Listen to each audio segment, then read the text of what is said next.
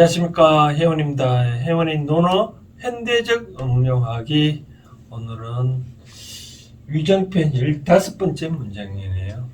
보니까 자활, 학이 불사증망, 사이 불학 정적태.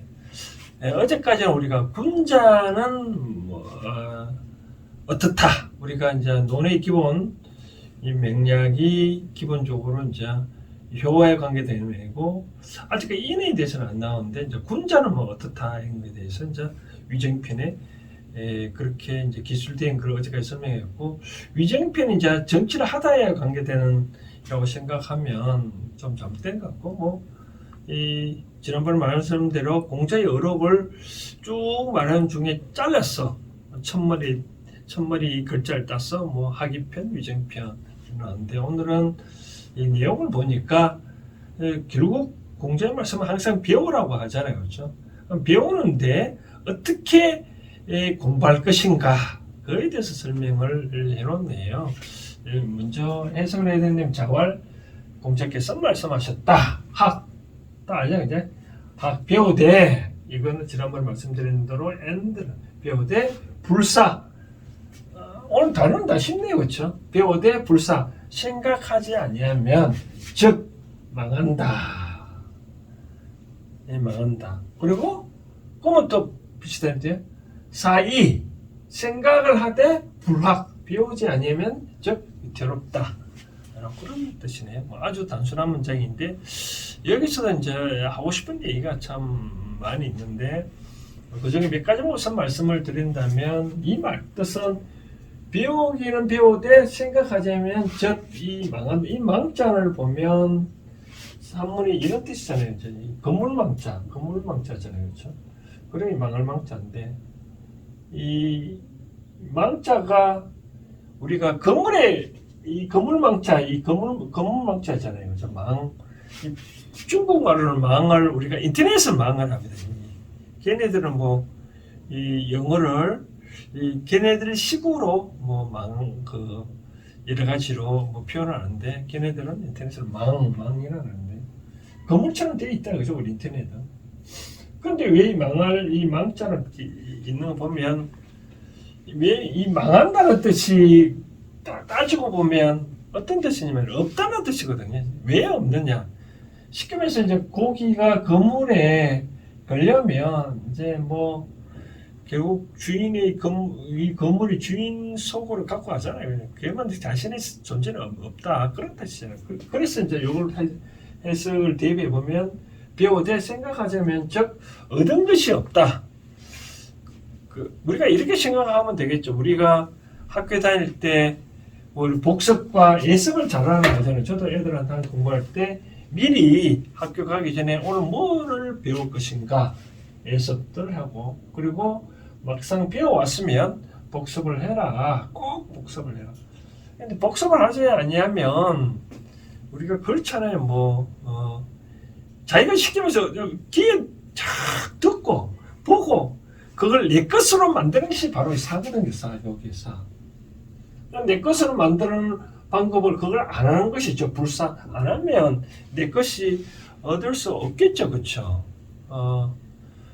바로 그런 차원에서 공자께서는 내가 너희들한테 가르쳤다면 항상 집에 돌아가서 내가 했는 말이 과연 어떤 뜻으로 말을 했는지 항상 생각을 해보라 라고 말씀하신 것 같아요. 그래야 그것이 진정히 얻는 것이지, 내가 말한 걸 듣기만 듣고 아무 반성이나 그런 것이 없으면 바로 얻을 것이 없다, 얻은 바가 없다 라고 바로 그런 얘기가 같아요. 그 다음 사이, 생각만 하고 불학, 배우지 아니하면 즉 위태롭다라고. 그렇죠. 우리가 그런 말 있잖아요. 아침에 단전호흡을 여러 가지 호흡을 많이 하는 사람 보면 나중에 제대로 지도를 받지 아니하고 어떤 단전호흡을 하거나 생각만 하면, 그래서 우리가 생각만 하면 엄행오행의 이 생각은 뭐냐면 통에 가게 되는 거거든요.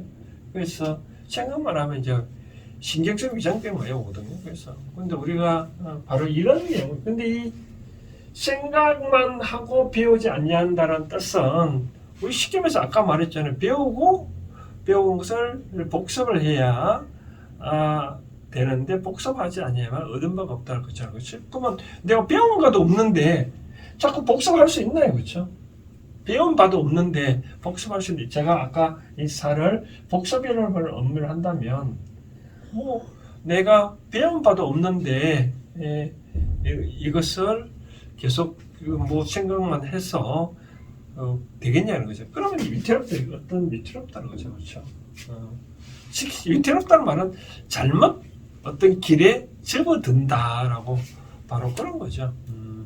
쉽게 말해서 우리 국선도 단전 호흡에서 제가 이제 지도를 과거에 해보면 제가 사범으로서 절대로 단전 호흡할 때는 반드시 사범의 지도를 배우면서 해라. 그렇지 않냐면 사도의 길에 빠져들기 쉽다 하거든요. 그래서 반드시 어떤 배우고 그리고 난 다음에 그대로 해야 된다라고 말씀드리고 싶습니다. 그래서 어떠한 것이든 이 아까 말한 대로 학과사든 요 학과사는 어느 하나라도 빼놓을 수 없이 독자적으로 하면 다 어떻게 안 된다라고 말씀을 드린 것 같아요. 그래서 이 공적에서 너희들 내가 말한 거를 집에 가 잘 생각하고 복습하고 그리고 뭐 바쁘다 해서 안 오고 집에서 뭐 네 혼자 독학을 한다를 하면 이 내가 이렇게 제대로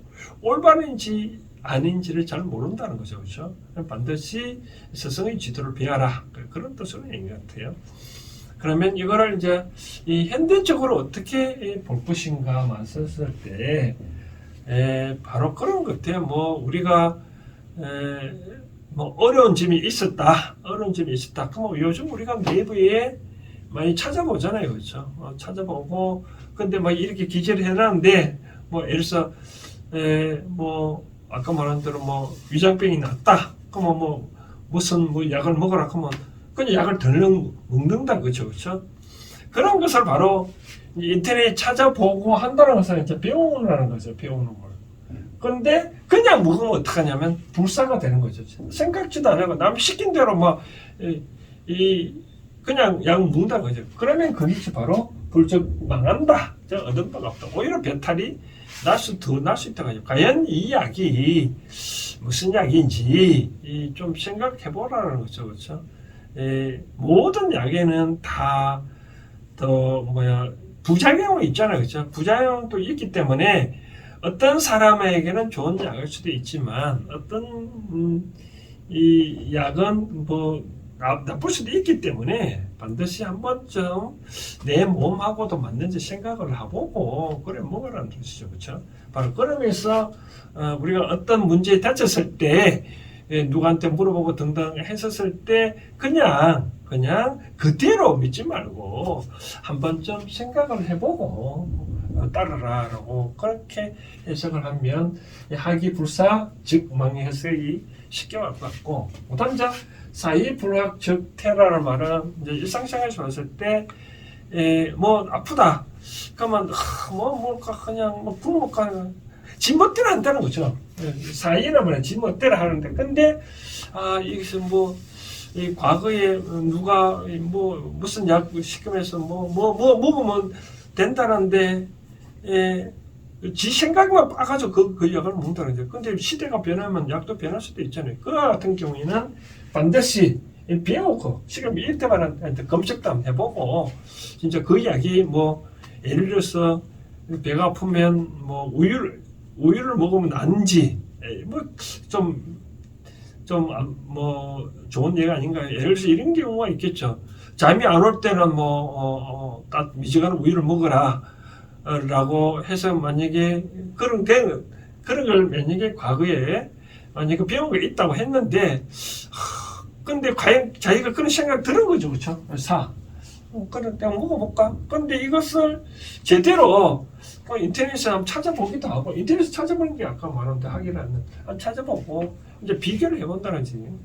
그럼 뭐 우유 딱 쳐보고 수면제 딱 넣어먹고 뭐 그렇지 찾아보고 하라. 그래 적태. 그렇지 않냐면 위태롭다.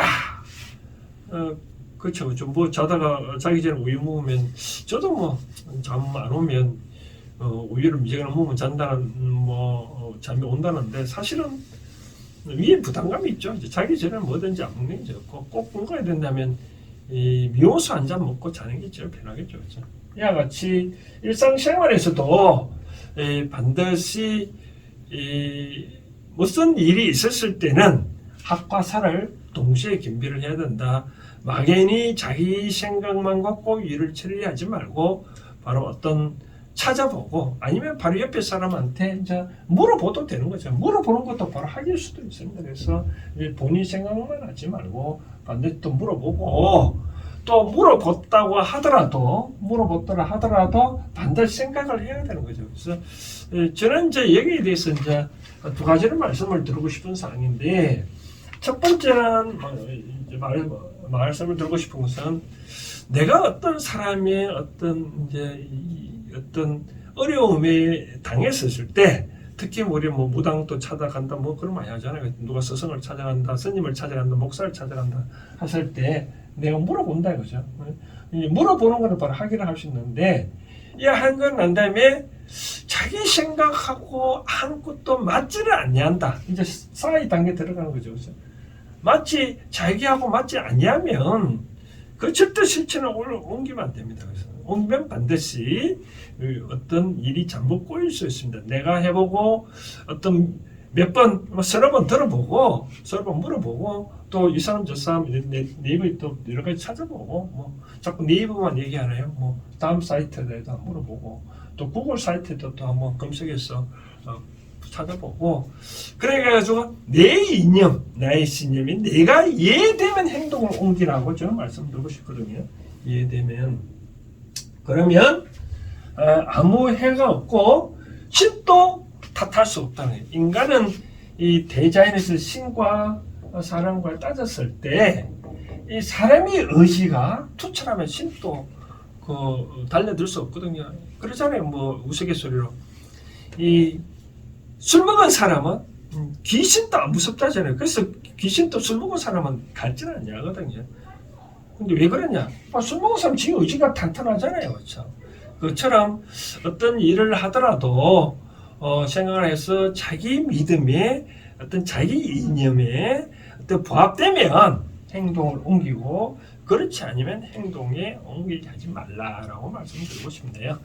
두 번째는 제가 말씀 이 사회 단계 말씀드리는 말씀드리고 싶은 사항은 또 생각을 할 필요가 있다라고 말씀드리고 싶은 건데 우리가 이제 이 깨달음의 단계를 말씀을 드리고 싶거든요.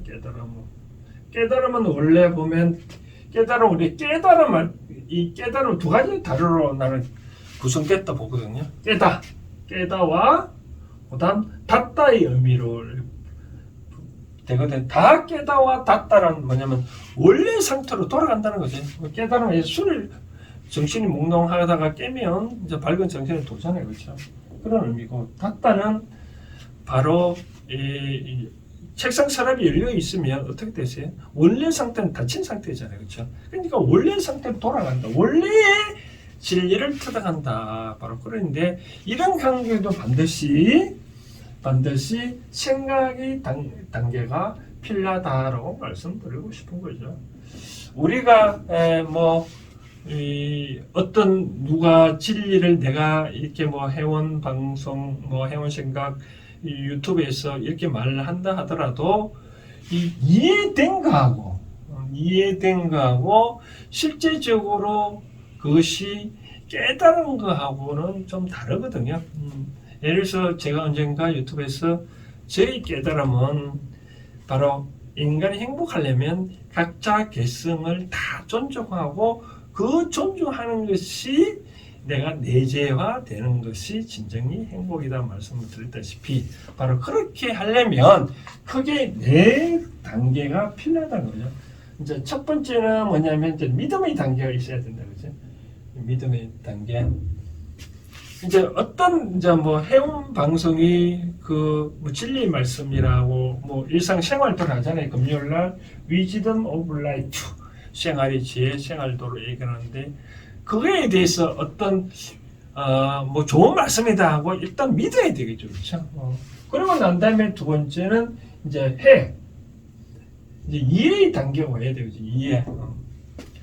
내가 설명한다 하더라도 자기 것에 안 맞으면 뭐 도저히 뭐 이해가 안 될 수 있잖아요, 그렇죠? 그러니까 왜 제가 그렇게 방송하는지 바로 그 뜻을 이해를 해야 되는지 이해를 해야 바로 그와 같이 우리가 되는 거죠. 쉽게 말해서 이해를 말하는 다른 표현은 이제 생각을 한다는 거죠. 제가 지금 말씀드리고 싶은 건 바로 이 살을 설명하기 위해서 말하는 건데, 우리가 그런 말 있잖아요.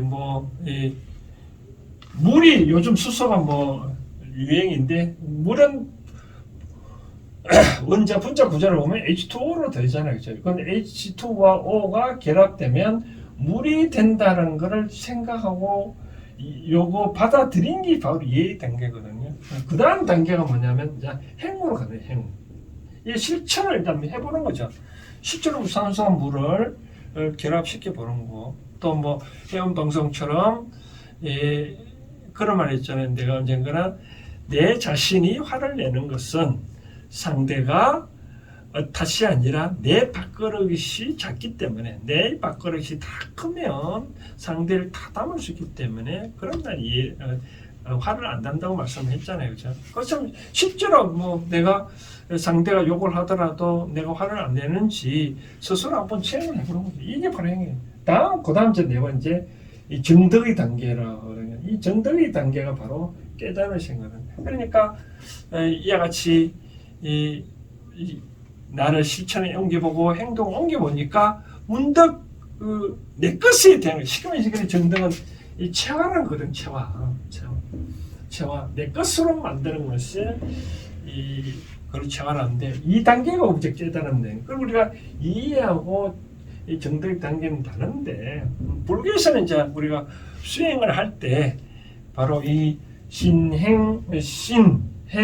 행 덕을 요걸 네 단계를 강조합니다. 불교에서는 깨달음의 단계를. 근데 요 일상생활에도 마찬가지로 요 한 가지 바로 해를 단계다고 말씀을 드리고 싶네요. 그래서 우리가 여러 가지 깨달은 사람들도 반드시 정리할 시간을 간다 했잖아요. 부처님도 깨닫고 난 다음에 37일, 21일 동안 이 본인의 깨달음 시간을 가졌다 가죠. 바로 이것이 사입니다. 바로 생각이 사. 그래서 이런 생각이 그만큼 중요하다는 걸 제가 말씀드렸고, 이런 정리된 사도 과연 그것이 맞는지 안 맞는지 이제 옛날에는 자기 스승한테 한번 물어보잖아요. 그죠? 제가 깨달은 내용이 제대로 맞습니까? 라고 이제 스승한테 물어보거든요. 그러면 너는 아직 덜 됐다. 너는 이제 깨달았다. 도를 증명해 주잖아요. 도를 증명해 주는 또 하길 수도 있습니다. 바로 이제 이런 단계를 생각하고 앞으로 우리 일상생활에서도 아까 제가 말씀드리다시피 어떤 일을 하더라도 반드시 이 학이라는 말은 찾아본다는 거고, 사라는 것은 과연 이게 맞는지 내 스스로 이해가 되는지 한번 생각을 해보면 좋지 않겠나라고 생각됩니다. 그렇게 하다 보면 일상생활에서 크게 잘못길로 사도로 나아가기는 없지 않겠나라고 생각되어집니다. 오늘은 논어 위장편 15번째 문장 학과 사에 대해서 한번 이렇게 살펴봤습니다. 감사합니다.